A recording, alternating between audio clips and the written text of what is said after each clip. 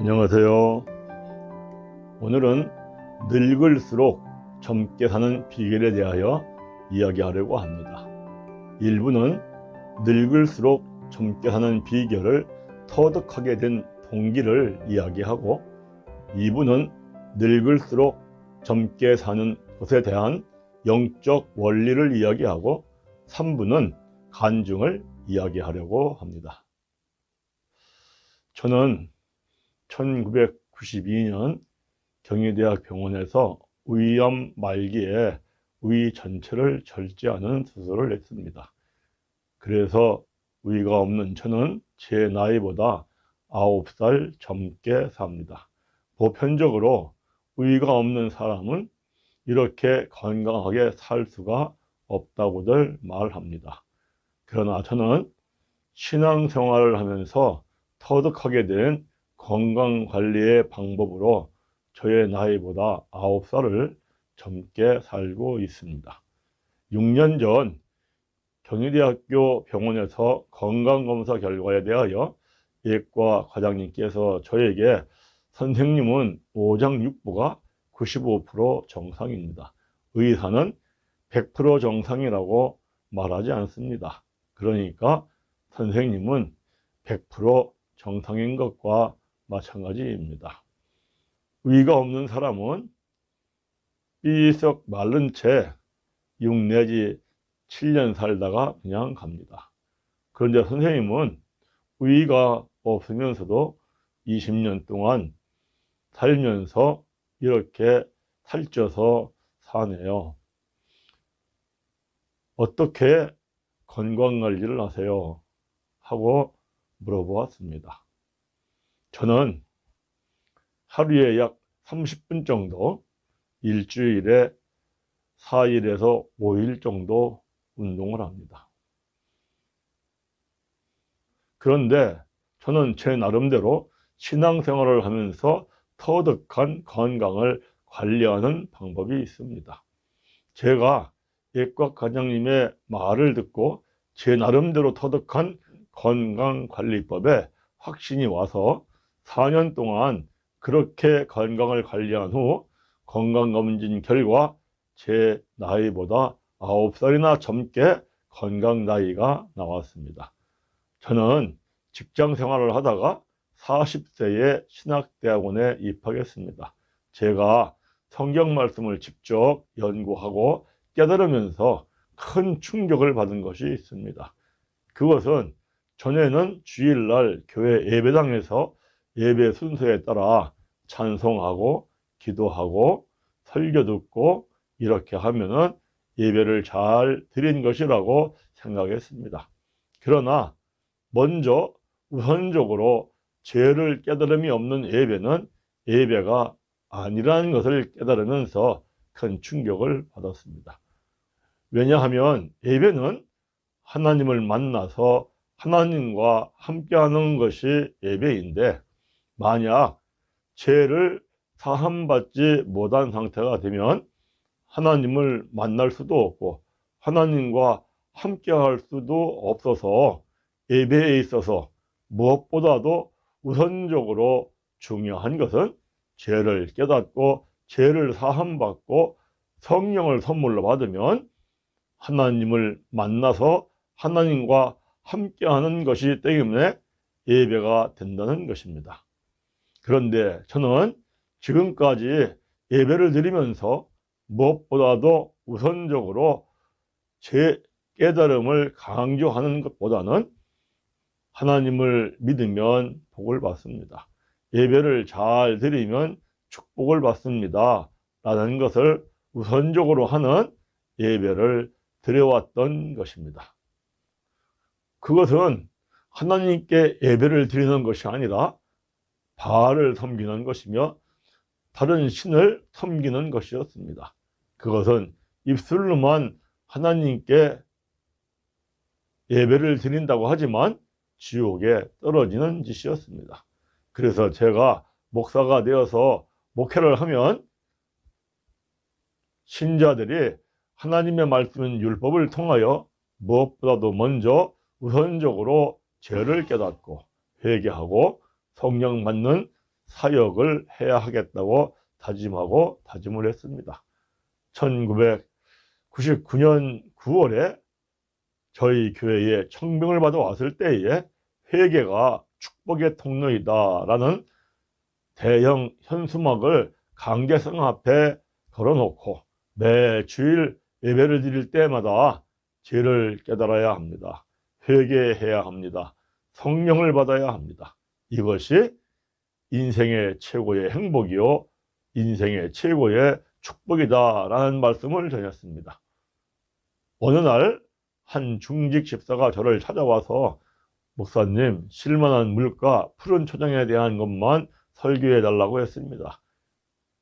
그래서 제가 말씀을 통하여 죄를 깨닫고 회개하고 성령을 받으면 그것이 실만한 물가요 푸른 초장이라고 말했습니다. 그랬더니 그래요 하고 빙그레 웃는 것이 비웃는 듯 하면서 돌아갔습니다. 그 후 제가 청빙을 받아온 지 10개월쯤 되는 어느 주일날 오후 예배 시간에 기존 중직들을 포함한 20, 30명이 쳐들어와서 저보고 교회를 나가라고 하면서 난리를 쳤습니다. 그래 제가 하나님께 기도하면서 하나님 제가 어떻게 해야 되나요? 라고 여쭤보았더니 저에게 원수를 사랑하라 하는 말씀과 원수를 사랑해야 목회를 할 수 있다는 생각이 들고 또 히브리서 10장 29절에서 31절 말씀 하물며 하나님의 아들을 짓밟고 자기를 거룩하게 한 언약의 피를 부정한 것으로 여기고 은혜의 성령을 욕되게 하는 자가 당연히 받을 형벌이 얼마나 무겁겠느냐. 너희는 생각하라. 원수가 없는 것이 내게 있으니 내가 갚으리라 하시고 또 다시 주께서 그의 백성을 심판하리라 말씀하신 것을 우리가 아나니 살아계신 하나님의 손에 빠져들어가는 것이 무서울진저라는 말씀이 생각났습니다. 그래서 매일 밤 8시부터 10시 30분까지 저와 함께 교인들이 기도를 했습니다. 그때 저는 증권회사를 9년 동안 다니면서 메마르고 강팍해진 저의 마음에 사랑이 없다는 것을 깨달으면서 회개하며 하나님 원수를 사랑할 수 있는 마음을 달라고 기도하고 또 원수가 없는 것이 하나님께 있으니 제가 모든 것을 하나님께 맡기게 해달라고 기도하고 이 사건으로 인하여 제가 악하여져서 살아계신 하나님의 손에 빠져들어가지 않게 해달라고 간절하게 기도했습니다. 그렇게 견디면서 기도하면서 5개월이 되었을 때에 예배를 드리는 동안에 그 무리들이 강제상에 올라와서 저를 끌고 내려와서 뺨을 수도 없이 맞아서 제가 치아 4개가 흔들려서 냈습니다. 그때 주위 사람들이 고소를 하면 때리는 사람은 구속이 되고 사건이 빨리 끝날 수 있다라고 이야기했습니다. 그러나 저는 고린도전서 6장에 교회 사건을 가지고 세상 법정으로 가지 말고 차라리 불의를 당하고 하나님의 나라를 유업으로 받는 것이 낫지 않겠느냐 하는 말씀을 붙잡고 반드시 하나님의 나라 천국은 가야 한다는 생각에 모든 것을 참으며 견디었습니다. 그 무리들이 매 주일날마다 예배를 방해하면서 너는 나가라고 하고 하는 일을 당하면 주일날은 괴롭고 고통스럽고 저의 가슴이 답답하고 참으로 마음이 힘들었습니다. 그 당시 이런 일을 겪는 저 자신이 참으로 불쌍하기도 하고 하나님 저에게 원수 같은 저들을 사랑할 수 있는 마음을 달라고 기도하고 모든 일을 하나님께 맡기게 해달라고 기도하고 제가 악해져서 하나님의 손에 빠져들지 않게 해달라고 매일 밤 간절하게 기도하였습니다. 그렇게 기도하다 보면은 저절로 눈물이 나오고 울며 기도하게 되었습니다.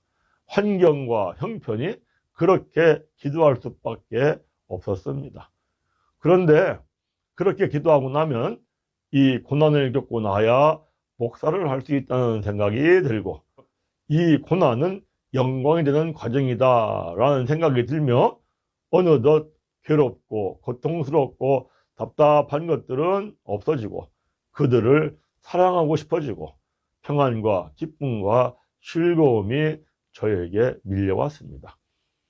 그런데 놀랍고 신기한 것은 제가 교회 청빙을 받아 왔을 때에 저의 건강은 위암 말기에서 겨우 회복된 상태여서 그 당시 저의 허리는 군대에서 훈련을 받다 다친 것이 재발하여 디스크가 생겨서 복대를 차고 살 정도였고, 무릎은 관절이 심해서 조심조심 걷는 상태였습니다.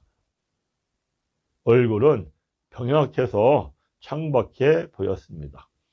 그런데 밤마다 기도하면서 3, 4개월이 지난 정도가 되어서 사람들을 만나면 저를 보며 하는 말이 얼굴이 좋아졌다고 하고 건강이 좋아졌다고 했습니다.